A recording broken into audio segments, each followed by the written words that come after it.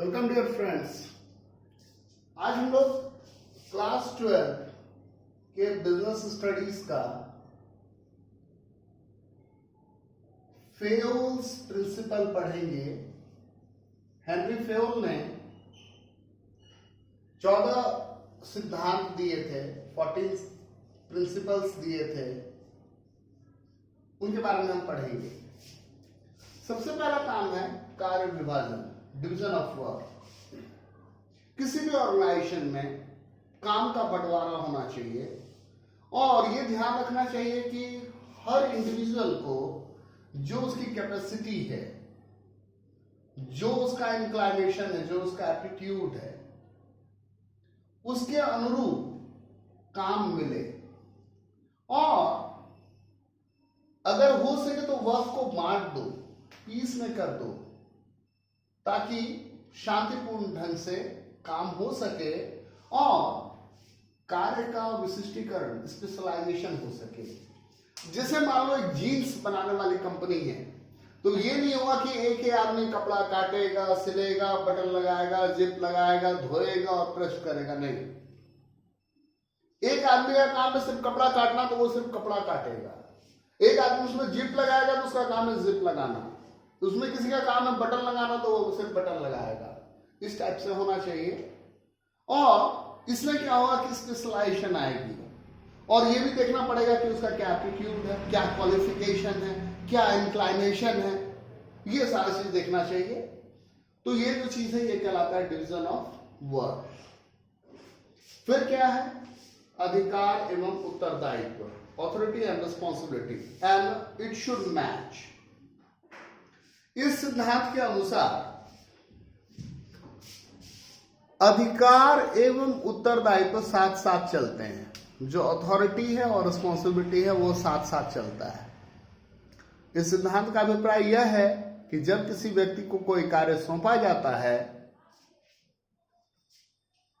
और उस कार्य के परिणाम के प्रति हम उसके उत्तरदायित्व भी ठहराना चाहते हैं, तो ऐसा तभी संभव है कि हम जो उसको काम दिए हैं वो उसको करने के लिए उसका पर्याप्त मात्रा में अधिकार भी हो।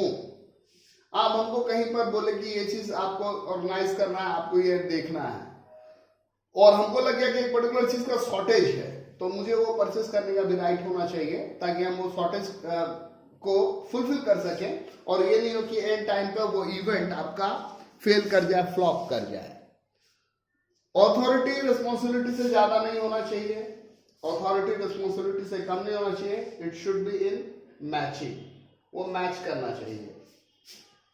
फिर अगर किसी भी ऑर्गेनाइजेशन में देखें, घर में देखें, स्कूल में देखें, किसी भी संस्था में देखें, तो वहां पर अनुशासन, डिसिप्लिन का बहुत महत्व होता है।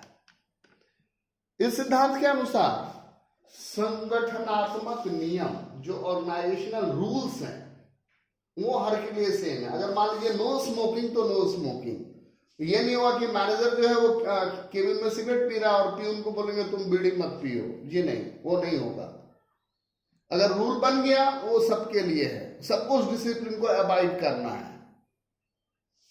इस सिद्धांत के अनुसार संगठनात्मक नियम तथा रोजगार समझौते का उच्च अधिकारियों तथा अधीनस्थ, जो ऊपर लेवल में है, जो सबऑर्डिनेट है, दोनों ही पालन करेंगे और तभी संगठन जो है उसकी कार्यवाही सफलतापूर्वक हो सकेगी। उसके बाद क्या है, ये अभी तक हम लोगों ने 3 नियम को देखा। चौथा नियम देखते हैं। फोर्थ प्रिंसिपल क्या है? फोर्थ प्रिंसिपल है unity of command. Unity of command जो है उसमें बेसिकली क्या होता है, एक हायरार्की स्टैब्लिश की जाती है। Who is going to report home, ये स्टैब्लिश किया जाता है। प्रबंध के इस सिद्धांत के अनुसार प्रत्येक कर्मचारी को एक समय पर केवल एक ही अधिकारी से आदेश प्राप्त होगा। हमको पता है कि हमको ऑर्डर कौन देगा और हमको रिपोर्ट किसको करना है और मेरी रिस्पॉन्सिबिलिटी भी उसी के लिए होगी। ये जो चीज है इसको कहते हैं यूनिटी ऑफ कमांड, आदेश की एकता। और ऐसा भी हो सकता है कि एक ही सीनियर जो है वो कई सारे सबऑर्डिनेट्स को आदेश दे। फिर क्या है, निर्देश की एकता, यूनिटी ऑफ डायरेक्शन। पूरे ऑर्गेनाइजेशन को एक पर्टिकुलर ऑब्जेक्टिव के लिए चलना पड़ेगा और चलना भी चाहिए, तभी जाकर के ऑर्गेनाइजेशन जो है वो अपने ऑब्जेक्टिव को फुलफिल कर सकेगा। तो यूनिटी ऑफ डायरेक्शन क्या कहता है?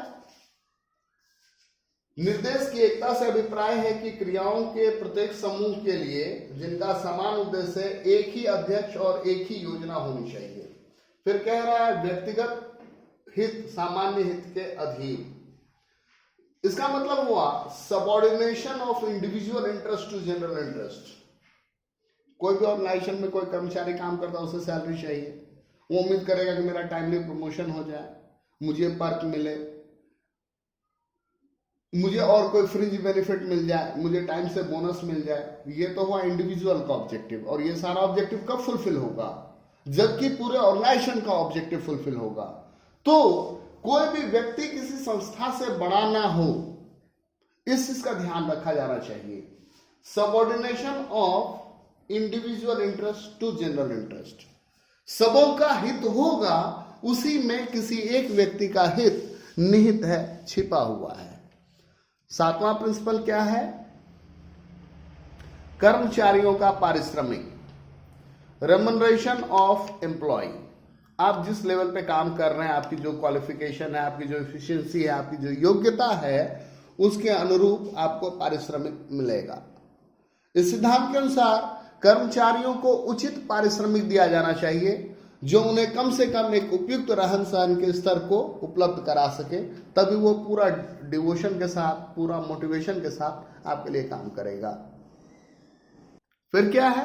केंद्रीयकरण एवं विकेंद्रीकरण, सेंट्रलाइजेशन एंड डिसेंट्रलाइजेशन। इस सिद्धांत के अनुसार अधिकारियों को चाहिए कि कंप्लीट सेंट्रलाइजेशन भी नहीं हो, कंप्लीट डिसेंट्रलाइजेशन भी नहीं हो, बल्कि एक हेड हो और जो डिफरेंट सब हेड्स को प्रॉपर तरीके से चैनलाइज करे, कंट्रोल करे और गवर्न करे। Centralisation and decentralisation. फिर क्या है? सोपान श्रृंखला, स्कॉलरशिप। इसको बहुत अच्छे से आपको समझना चाहिए क्या है इसमें। क्या है कि किसी भी ऑर्गेनाइजेशन में बातचीत होगा, कम्युनिकेशन होगा, तो कम्युनिकेशन होगा तो कैसे होगा?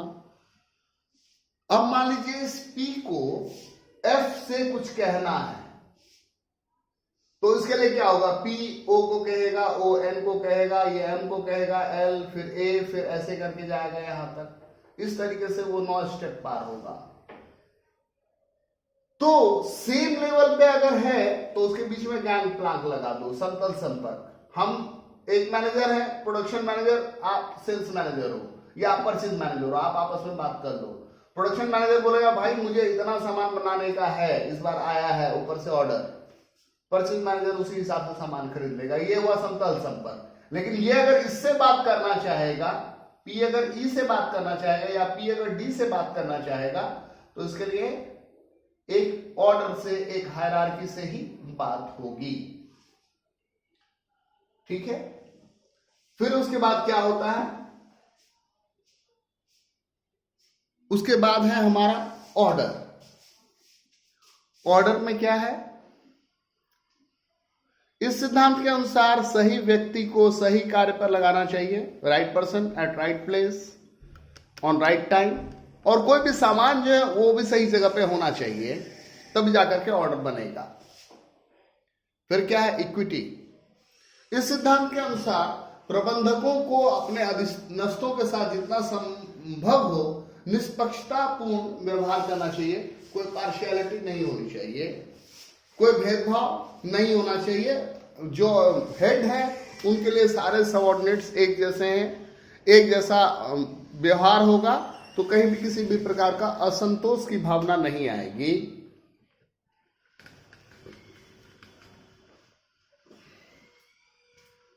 उसके बाद क्या है? कर्मचारियों का स्थायित्व, स्टेबिलिटी ऑफ टेन्योर। इस सिद्धांत के अनुसार कर्मचारियों में स्थायित्व बना रहना चाहिए ताकि काम कुशलता पूर्वक जारी रहे। हमको आज आप परचेज डिपार्टमेंट में दिए, जब तक हम समझेंगे कि भाई सप्लायर कौन है, किससे बात करना है, ग्रेड ए माल कहाँ मिलता है, डिस्काउंट क्या रहता है, अगर कभी इमरजेंसी आ जाए उस वक्त हम किससे ये करेंगे, तब तक आप मुझे सेल्स डिपार्टमेंट में डाल दे रहे हैं। भैया हमको समझ में क्या आएगा? तो अगर एक पर्टिकुलर डिपार्टमेंट में एक पर्टिकुलर पोस्ट पे दिए हैं तो एक खास अवधि तक रहने दीजिए, ताकि हम उस चीज को पूरा समझ सकें, और कल को जब आप मुझे बड़े हायरार्की में डालिएगा तो हम उस अनुरूप काम भी कर सकें। आज सेल्स डिपार्टमेंट में, कल परचेज डिपार्टमेंट में, चौथे रोज प्रोडक्शन डिपार्टमेंट में, उसके बाद बोलोगे फाइनेंस डिपार्टमेंट में चले जाइए, तो क्या होगा? ना कुछ सही से सीखेंगे, ना सही से काम हो पाएगा। फिर क्या है? पहल क्षमता। पहल क्षमता यानी इनिशिएटिव। किसी भी व्यक्ति के दिमाग में, डजंट मैटर कि वो सीनियर लेवल पे है, सबऑर्डिनेट है, कुछ भी है, उसके मन में नया आइडिया आ सकता है। और अगर नया आइडिया आया है तो उसको स्वीकार करना चाहिए, उसको अवसर मिलना चाहिए कि भाई आपके इनिशिएटिव को भी लागू किया जाएगा, आपके भी आइडिया को ऑर्गेनाइजेशन जगह देगी। फिर क्या है? सहयोग की भावना, उसको बोलते हैं स्पिरिट डी कॉर्प्स। ये भाईचारा जो है किसी भी ऑर्गेनाइजेशन के अंदर होना बहुत जरूरी है, ताकि किसी भी तरह का कॉन्फ्लिक्ट ना हो, और अगर मान लीजिए थोड़ी सी फ्रिक्शन होती भी है तो उसका पीसफुल ढंग से, शांतिपूर्ण ढंग से निष्पादन हो सके, कर्मचारियों के मध्य टीम भावना बनी रहे, और प्रबंधक और अधीनस्थ में मैं के स्थान पर हम शब्द का प्रयोग होना चाहिए, वी, जिससे ये लगे कि whatsoever we do has got a collective repercussion, और इससे क्या होगा कि आपस में सारा टीम बंधा रहेगा। दैट्स इट दोस्तों, थैंक यू। हम अपने अगले वीडियो में टेलर के बारे में पढ़ेंगे, जिन्होंने साइंटिफिक थ्योरी दिया है मैनेजमेंट का।